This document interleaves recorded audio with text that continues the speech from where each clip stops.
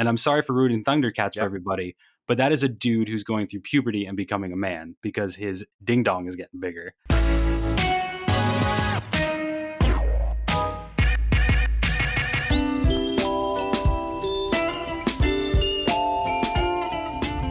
So we wrote an article that was put together by Matt Rao. Thank you very much, Matt. Called "Report Spider-Man 3 Casts a Second Peter Parker and Mary Jane." And I know that Screen Rant ran something like this. Our new sister site, Collider, was the first outlet that broke this. Kind of like it had been talked about for a very long time. Whether, and we talked about it on the show, whether Andrew Garfield, Tobey Maguire, all these people were going to be coming back into a Spider-Man movie. Yeah. You all know it. Like, what is his name? The guy who plays Dr. Octopus, Molina. Alfred, just Molina. He's like Madonna. Molina is coming back as Dr. Octopus, which is great. He's in one of the best, probably the second or first best Spider-Man movies of all time. Kirsten Dunst is coming back. Andrew Garfield is signed back on. So everybody's kind of waiting on Tobes to officially swing in, so to speak. That's kind of the news. This is all rumored to be true. No one really, I don't know if it's officially confirmed, but it's as close as you're going to get for right now. So a lot of people commented on our posts on Facebook. I'm sure a bunch commented on yours. They're probably similar. So I'm just going to blast through these real quickly. I think so. Yeah, like, so Kelly Redfern says, no Toby, no watch. Bam, that's it. No Tobey Maguire. Need to have him in there or nothing. Hashtag no Toby, no watch. I kind of like that, actually. Matt Kelly says, bring back Toby. Literally nobody wants to see Garfield over Toby. To which Austin Carpenter replies, I do, because he was a far better Spider-Man and actually was a smartass that cracked jokes. And he didn't spend 98% of his screen time crying and shedding enough tears to put out a small house fire. Interesting take. Also, not untrue. Like, Tobey Maguire has a real bad ugly cry. But I kind of am here for it. The next one was like a bunch of people wanted more people to come in. So Brad Taylor said, if this guy isn't coming back, I ain't wasting my time. He ought to be the one messing with the multiverse, and he's smart enough. He put in a little gif of, I'm something of a scientist myself, from the first Spider-Man movie with Tobey Maguire as Norman Osborn, Green Goblin. And I agree. I think he should come back. A lot of people that'd be cool. Dunk on that character in that movie. I don't know how you feel about it, but I loved Willem Dafoe overacting in that shit, and I am here for it again. Yeah, I mean, that costume is. Have you ever seen the makeup test, or it's not a makeup test, but it's the prosthetic test where it was going to be like the actual Green Goblin, and he was going to wear this prosthetic, and like, it's so good. It's incredible. I still to this day, I know, like, they said it didn't really work. Like, ultimately, it didn't give him quite the like flexibility and stuff that they needed from him. So they just put the mask on him and stuff. But like, man, that thing was great looking. Yeah. Like, I still, but anyway, I don't know that I want to see any of the Green Goblins back, just because I feel like my concern for this movie doesn't come from a place of not enjoying this multiverse stuff. I feel like having a Spider-Man multiverse live action movie is like kind of eating a little bit of Miles Morales' Into the Spider-Verse kind of like its cake a little bit. Like, that was kind of their thing. And I kind of liked the idea of these being a little bit more cordoned off as movies. But the one thing I am worried about, which has plagued these Spider-Man movies, is having just too much crap going on at any given time. It's like Spider-Man 3, you got Venom thrown in, and it was like because the studio wanted Venom thrown in, even though Raimi really just wanted like it to be a story about Sandman. Then the Amazing Spider-Man 2, like, you get Electro, you get Rhino, you get, this attempt at kind of force launching the Sinister Six. And it's just like, I'm getting a little bit worried that like we're getting a bit further away from the idea of just giving Tom Holland like another great Spider-Man film, with maybe like, a couple of these characters or something like that. But the idea that now all the Spider-Men are back and all the, love interests are back and everybody's in this movie, it's just, I don't know, like, where do you make the time for all that? The only thing I can think of is that it's actually not going to, these people are not going to be in the film very long. Like that it's almost like they, open up the dimensions or whatever, and they're able to see these other worlds. And there's this Tobey Maguire Spider-Man, and there's the Andrew Garfield Spider-Man, as opposed to like these people all come through and have one giant battle royale or something with Dr. Octopus and all these other people. Like none of that really makes any sense to me. So I'm I'm curious to see how it's a similar thing with the Flash movie we were just talking about. Like I'm a bit curious, like how much is like Michael Keaton actually in that movie? um I know he's like kind of the mentor of that movie, but like how, like what does that actually mean? Like how much time does that actually translate into? Yeah. In the Spider-Man thing, I think it's even less likely that like Andrew Garfield is in it for more than 5 minutes, but we'll see. Probably, but we were talking about this before with Handsome Greg, the producer, and like I was making an argument that, and if Endgame can do it, if Infinity War can do it, I think that this Spider-Man movie can do it as well. I mean, we brought up the Sinister Six. This could be a way to introduce a multiversal Sinister Six and have them fight three Spider-Men. We have seen it not only in those two MCU movies, but is into the Spider-Verse. I mean, that packed a lot of characters super well into a Spider-Man movie. So, as comparative Sure. as everybody's making these judgments or bringing them together, these comparisons, um, like they did work. They worked really well. But we did have another commenter, Yeah. Tim Kilpatrick, who said, "I just hope they don't pull an X-Men and have so much going on that they skip over every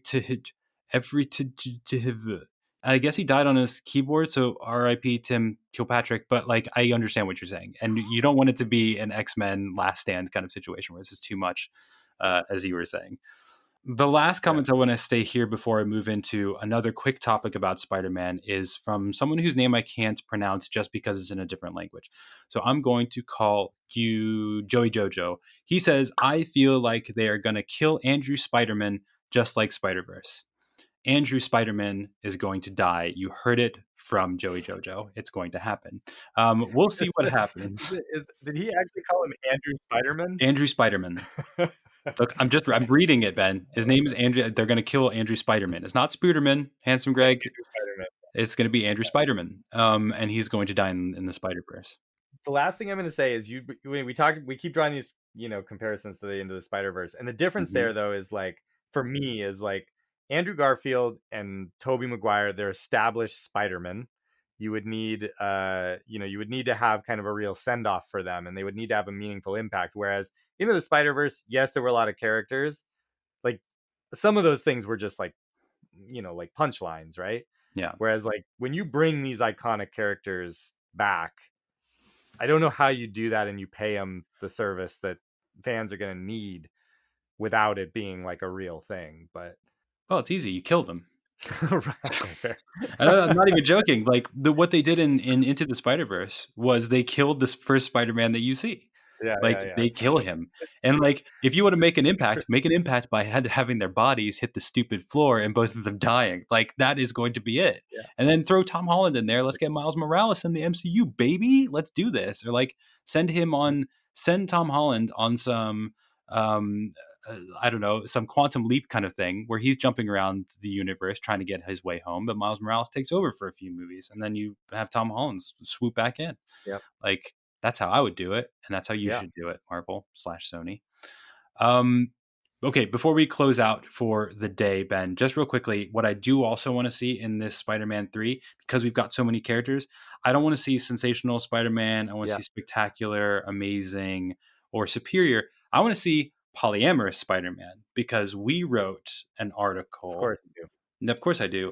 Called "Were Spider-Man and His Amazing Friends in a Polyamorous Relationship" by Anthony Gramuglia. Thank you very much, Anthony. He also wrote one called "Spider-Man and His Amazing Friends is Marvel's Horniest Cartoon," and it's great. These are great, great, great, great, great, great articles. Wait, That isn't yeah, I like is Anthony just your pen name? that's Like my I pen feel name. like these are articles that I yeah. wish I I mean, wish I I was assume as these are good as just written. Anthony. Yeah, they are. I wrote them, Okay. and he's my pen name. No, so Anthony has been going through, as anybody here can, the Disney Plus streaming service that they have all of these cartoons Yeah. on, and I've been going through them as well. to get in touch with my childhood, but also, and I don't mean that as a pun, but also like to show my kids what I watched. And sometimes I'm like, well, maybe I should let you watch this because it gets so horny. This show is so horny. Yeah. Um, okay, so what the main thing I want to talk about is polyamorous relationship. And in season 3, episode 6, Spidey meets the girl from tomorrow.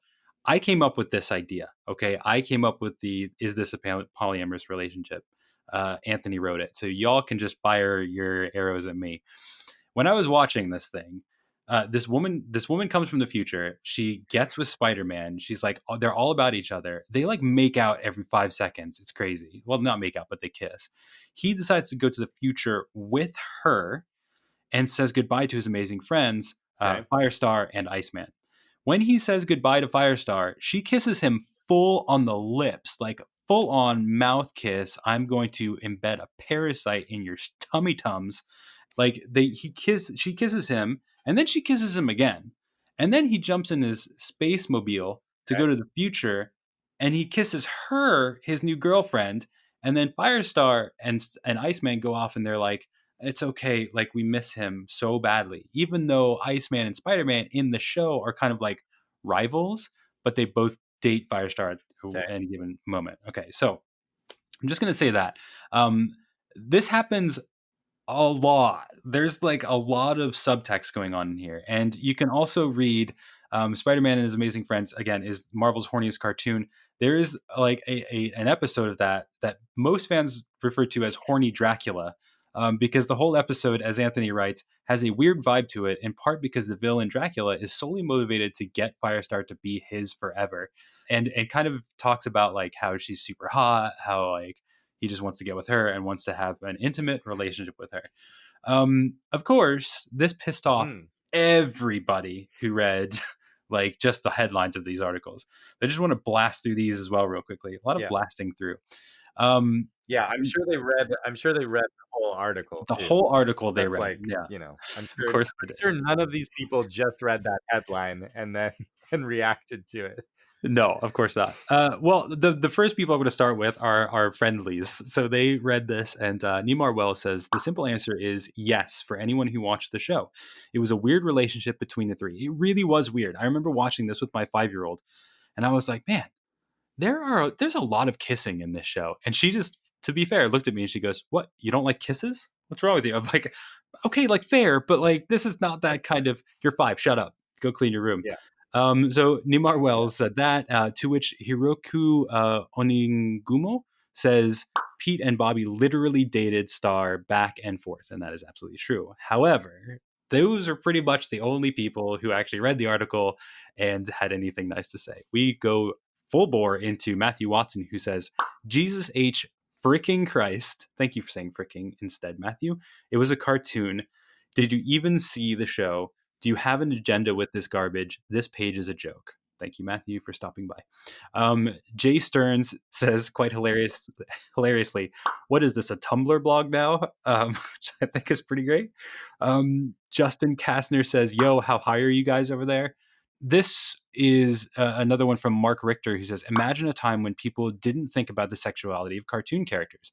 To which Greg A. Elisi says, when the hell was that? Every cartoon I've ever watched had a character with a love interest, hence sexuality, which is true. Like, and when we're talking about polyamorous relationship, we're not saying that they're banging the hell out of each other.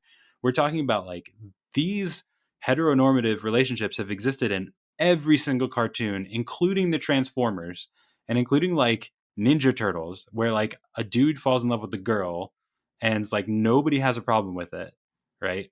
It's but as soon as you mention something outside of that heteronormativity, people go ape and just can't stand it. And like, how dare us suggest anything else? We're not saying that they're all the time. We're saying that they are in a relationship that isn't necessarily just a platonic one. The last one that I want to mention here is is pretty great. Troy Few. I don't know if he's trying to be, I guess, kind of tongue in cheek here. Again, no pun intended. But he says, "I don't care how they analyze the cartoons I grew up on. You can't destroy my childhood. I'm always going to have the childhood memory of Yosemite Sam with his shotgun shoved up Bugs Bunny's ass." And there it is. In case you were wondering how pure your childhood was, it was never pure. People always fell in Yeah. love with each other. There were always guns going up the buttholes of our favorite cartoon characters. So get over it. It happened, and it's great. And you should enjoy it, and also maybe not let your 5-year-old watch it.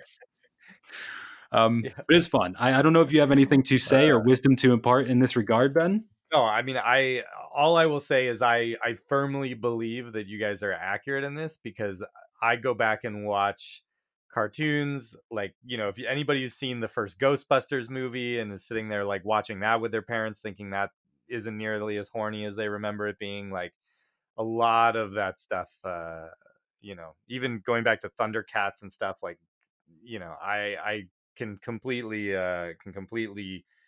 relate to the feeling of rewatching old cartoons and realizing like how horny all the characters were for each other. Let's talk about Thundercats for 5 seconds, okay? Thundercats was about a guy named Lion-O, a boy who wakes up a man and whose sword grows every time he wants to call his friends over. That is like the Yep. ultimate phallic symbol. And I'm sorry for ruining Thundercats for Yep. everybody, but that is a dude who's going through puberty and becoming a man because his ding dong is getting bigger. Like, sorry, everybody, that's what that Mhm. show is about. And there's a lot of horniness in that show. So much horniness.